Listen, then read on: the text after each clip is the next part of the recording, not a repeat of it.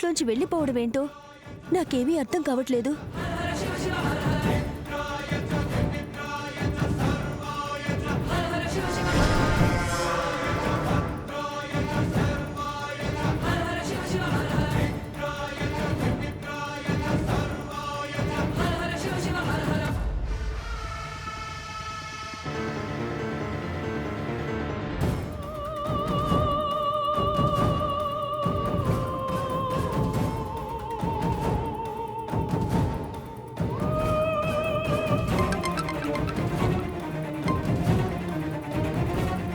Hello, నువ్వు చెప్పిన ప్లేస్కి వచ్చాను.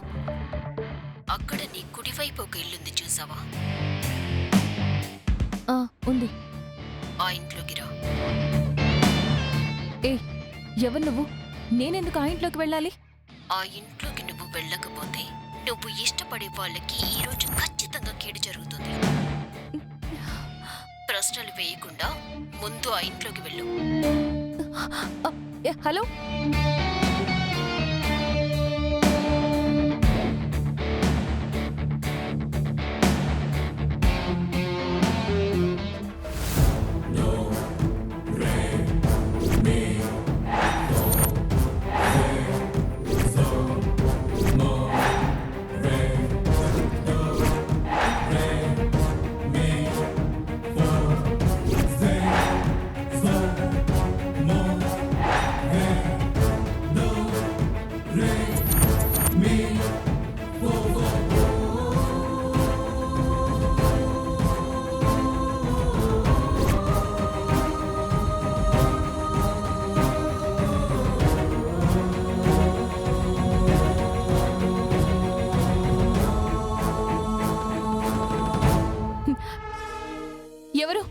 ఎవరిదంతా చేసింది?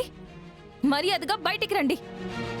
వెనక నుంచి ఇదంతా చేయడం కాదు, ముందుకొచ్చి మాట్లాడండి. అంత ధైర్యం లేని పిరికి పందలు బ్లాక్మెయిల్ చేయడానికి ఇవన్నీ చేశారా? అక్కడ కనపడే ప్రతిదీ నిజమే కదా. ఎవరు మీరు? ఎందుకు ఇదంతా చేస్తున్నారు? మీరు దాచిన నిజానికి సాక్ష్యాలవి. ఎందుకు మీ సంబంధాన్ని దాచారు? నువ్వెవరో అత్యాశతో ఈ పని చేస్తున్నట్టున్నావు. అసలు ఇవన్నీ చింపి పారేస్తాను. ఆగో ఆగో ఆగో ఆగో ఆగో.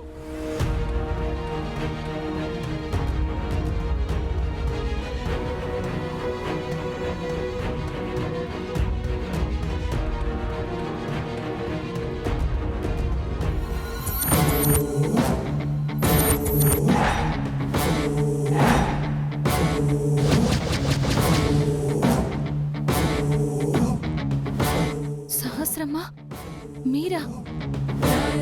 మీరేంటమ్మా ఇలా చేయడం? అబ్బా, ఏమీ తెలియని దానిలా భలే నాటకాలాడుతున్నావే.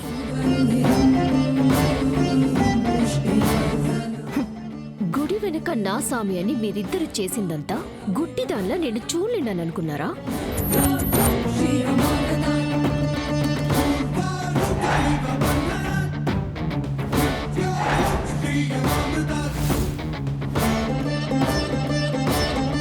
సహస్రమ్మా, అలా మాట్లాడకండమ్మా. ఇంకెలా మాట్లాడాలి? మా అత్తయ్య జాలి తలిచి ఇంటికి తీసుకొస్తే నెమ్మదిగా ఇంట్లోకి జొరబడ్డావు. తర్వాత మా బావ ముందు మంచిగా నటించి ఆఫీస్లోకి జొరబడ్డావు. ఆ తరువాత మా బావని బుట్టలో వేసుకొని నా కాపురంలోకి జొరబడ్డావు. ఇప్పుడు మా బావ పక్కన నా స్థానాన్ని కబ్జా చేయాలని కంకణం కట్టుకున్నావు.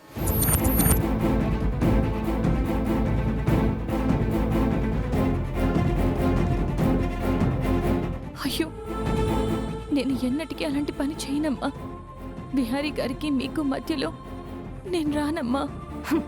రాను రాను రాను అంటూనే నువ్వు మా బావకి ఎంత క్లోజ్ అయ్యావో ఈ ఫోటోలు చూస్తుంటేనే అర్థమవుతుంది.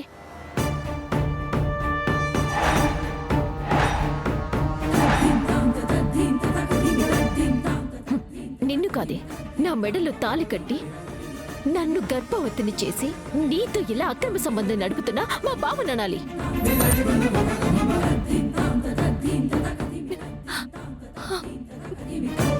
సహస్రమ్మ, విహారీ గారు చాలా మంచివారు. ఆ, మా బావ మంచితనం బాగానే తెలుస్తుంది. నిన్ను ఒక్క మాట అననివ్వడు. నీకోసం ఎవరినైనా ఎదిరిస్తాడు. పని మనిషి హోదాకి కూడా పనికిరాని నిన్ను సీఈఓని చేశారు అంటే అర్థమవుతుంది కదా.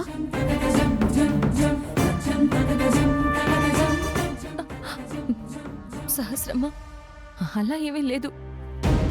మీరు విహారీ గారి గురించి అనుమానపడద్దు. హ్మ్, ఎన్ని చూసిన తర్వాత ఎవరైనా అనుమానపడకుండా ఉంటారా? హ్మ్, అదేంటో మీ బంధం భలే ఉంటుందిలే.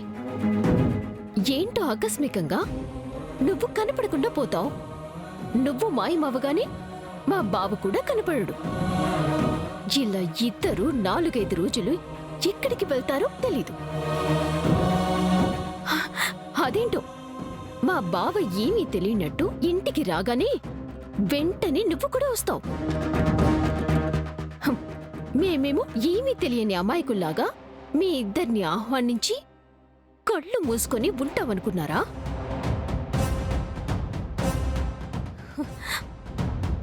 గర్భవతినైన నన్ను ఏ రోజైనా మా బావ నీకు ఎలా ఉంది అని అడిగాడా? అది నీకు బాలేకపోతే మా బావ, అత్తయ్య, పిన్ని, మా బాబాయ్ అందరూ ఓ హైరాణ పడిపోతారు. ఒక్కొక్కసారి నా మీద నాకే అనుమానం వస్తుంది. ఆ ఇంటి కోడలు నేనా నువ్వా అని.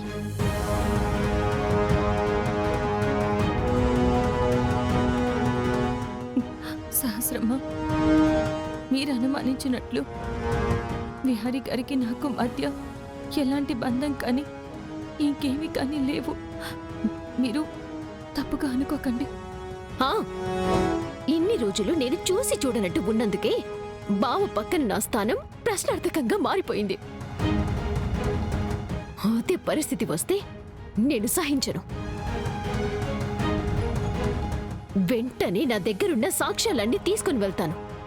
కట్టుకున్న భార్యని మోసం చేస్తున్నాడని ఈ సాక్ష్యాలన్నీ చూపించి మా బావ మీద కేసు పెడతాను. మా బావ మీద కేసు పెడతాను. మా బావ మీద కేసు పెడతాను.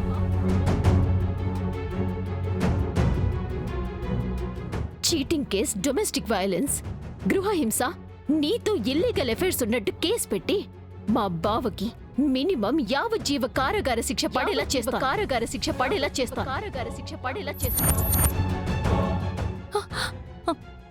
వద్దమ్మా, అలా చేయొద్దు. మీకు దండం పెడతాను. నా మీద కోపంతో విహారీ గారిని ఇబ్బంది పెట్టకండి. లేదు, నా మెడలో తాళి కట్టి నీతో క్లోజ్గా ఉంటే నేను చూస్తూ ఊరుకోలేను. సహస్రమ్మ, విహారీ గారికి నేను దూరంగా ఉంటాను. శాశ్వతంగా దూరంగా ఉండాలి. శాశ్వతంగా దూరంగా ఉండాలి. శాశ్వతంగా దూరంగా ఉండాలి.